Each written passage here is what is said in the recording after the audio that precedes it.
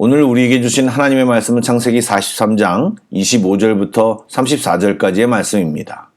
구약성경 68쪽입니다. 창세기 43장 25절부터 34절까지의 말씀을 드라마 바이블로 낭독합니다. 그들이 거기서 음식을 먹겠다 함을 들었으므로 예물을 정돈하고 요셉이 정오에 오기를 기다리더니 요셉이 집으로 오매 그들이 집으로 들어가서 예물을 그에게 드리고 땅에 엎드려 절하니 요셉이 그들의 안부를 물으며 이르되 너희 아버지 너희가 말하던 그 노인이 안녕하시냐? 아직도 생존해 계시느냐? 주의 종 우리 아버지가 평안하고 지금까지 생존하였나이다 하고 머리 숙여 절하더라. 요셉이 눈을 들어 자기 어머니의 아들 자기 동생 베냐민을 보고 이르되 너희가 내게 말하던 너의 작은 동생이 이 아이냐? 소자여, 하나님이 내게 은혜 베푸시길 원하노라. 요셉이 아우를 사랑하는 마음이 복받쳐 급히 울 곳을 찾아 안방으로 들어가서 울고 얼굴을 씻고 나와서 그 정을 억제하고 음식을 차리라 하매 그들이 요셉에게 따로 차리고 그 형제들에게 따로 차리고 그와 함께 먹는 애굽 사람에게도 따로 차리니 애굽 사람은 히브리 사람과 같이 먹으면 부정을 입음이었더라. 그들이 요셉 앞에 앉되 그들의 나이에 따라 앉히게 되니 그들이 서로 이상히 여겼더라. 요셉이 자기 음식을 그들에게 주되 베냐민에게는 다른 사람보다 5배나 주매 그들이 마시며 요셉과 함께 즐거워하였더라.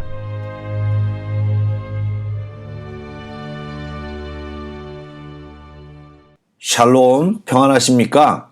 이 시간 예배하는 모든 분들이 하나님의 허락하신 참 평안을 온전히 누리는 은혜가 있기를 소망합니다. 아멘. 말씀을 나누겠습니다. 드디어 다시 만난 요셉과 형들, 또 함께 따라온 베냐민이 식사를 나누게 됩니다.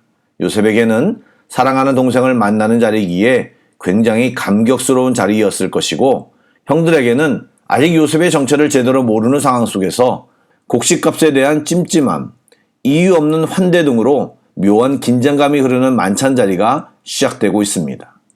형제들은 요셉을 만나자 준비해온 예물을 드리고 분위기를 잡습니다. 그리고 요셉에게 엎드려 절합니다. 이는 또다시 오래전 하나님이 요셉에게 보여주신 꿈에 대한 성취를 그리고 있습니다. 형들은 전혀 예상을 못하고 있지만 요셉은 형들의 행동을 보며 이것은 우연이 아니고 하나님의 철저한 계획과 예비하심을 확인하고 있습니다. 제가 이번에 요셉에 대한 말씀을 준비하면서 새삼스럽게 발견하는 것은 하나님의 세밀하심, 그리고 요셉이 형제들을 시험하고 있지만 하나님도 요셉을 시험하고 계심을 발견했습니다. 오늘 본문 장면에서도 하나님은 예언의 성취를 통해 요셉에게 이것은 너와 내 가정을 위한 나의 계획이고 예비된 것임을 다시 한번 보여주면서 요셉에게 네 감정과 상처로 반응하지 말고 이겨내라, 지지 마라, 죄를 다스려봐라, 도전하며 말씀하고 응원하고 계시는 것입니다.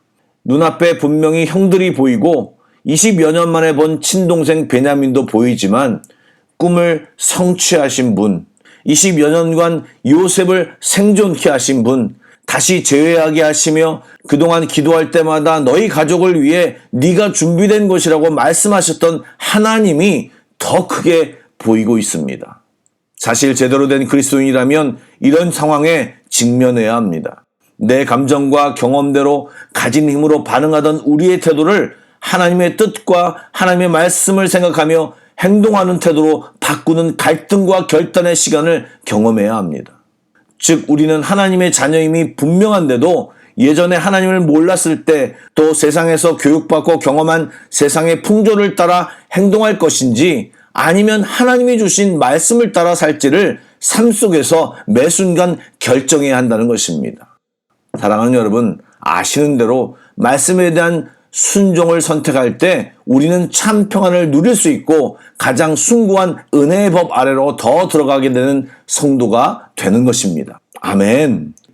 요셉은 형제들에게 그들의 안부와 아버지 야곱의 안부 샬롬을 묻습니다.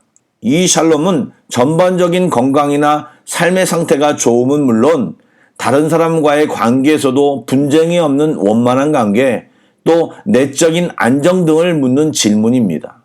형제들은 그 말을 단순한 인사말로 받았겠지만 요셉이 말하는 샬롬은 단순한 인사와 함께 아들을 잃은 아비의 마음과 가족 사이에 깨진 관계 속에서의 샬롬까지 포함한 물음이었습니다. 창세기를 계속 보면서 말씀드릴 기회가 있겠지만 요셉이 처한 상황과 처지는 엄청난 곤두박질이었지만 하나님으로 인해 그는 하나님의 샬롬을 소유하여 온전한 회복과 동시에 이 회복된 샬롬을 형제들에게 전하는 위치에 섰지만 샬롬을 파괴했던 당사자들인 형제는 자기들의 시기 대상인 요셉이 사라져 평안할 줄 알았지만 아버지 또 38장의 유다의 모습 또 이후의 형제들의 고백에서 살펴보면 그 가족 전체가 참 평안을 누리지 못했음을 창세기는 분명히 이야기하고 있습니다.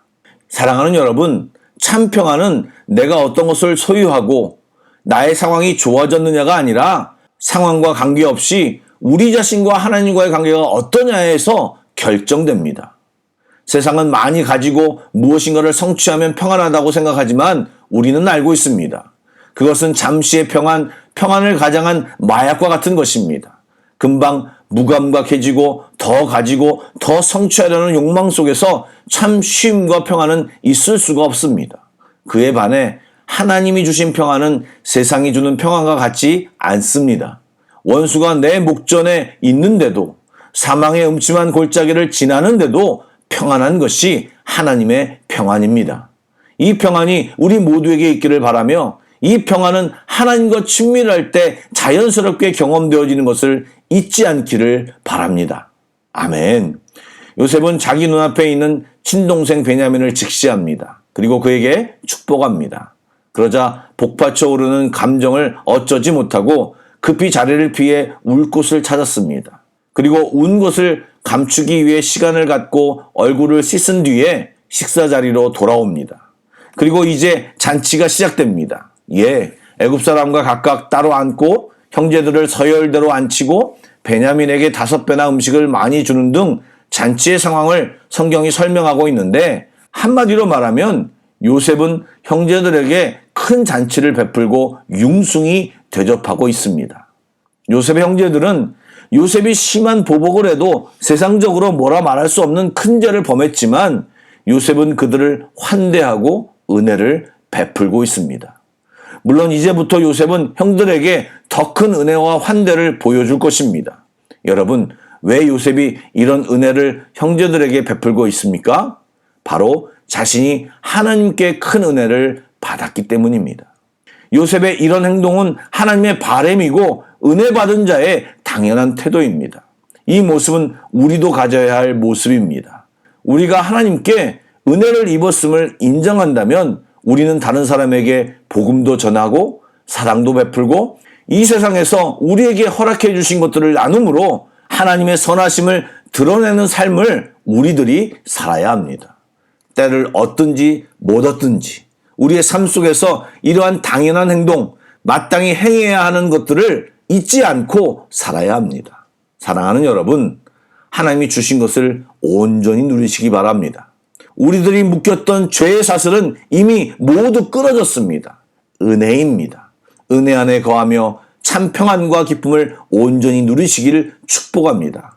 또 주신 은혜를 혼자만 누리지 마시고 나누고 전하고 사용하여 함께 있는 모든 사람들도 우리가 가진 은혜를 사모하고 나아가 그 은혜를 실제 맛보는 일이 일어나길 간절히 소망합니다. 아멘. 기도하겠습니다.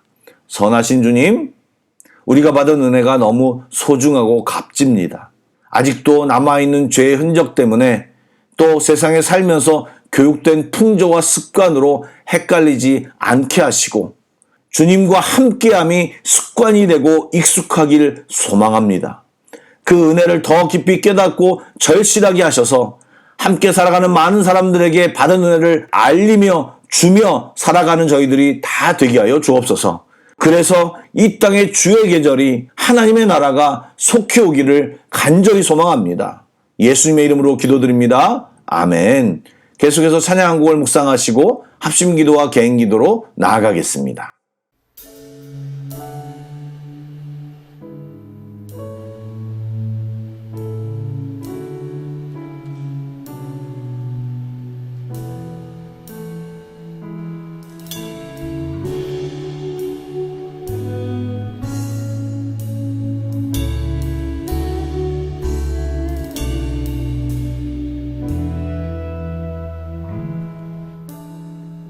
끝없을 것 같은 무거운 내 삶에 주님의 뜻이 어디 있을까? 반복된 내 삶에 소망이 있을까? 매 순간 은혜가 필요하네. 시간이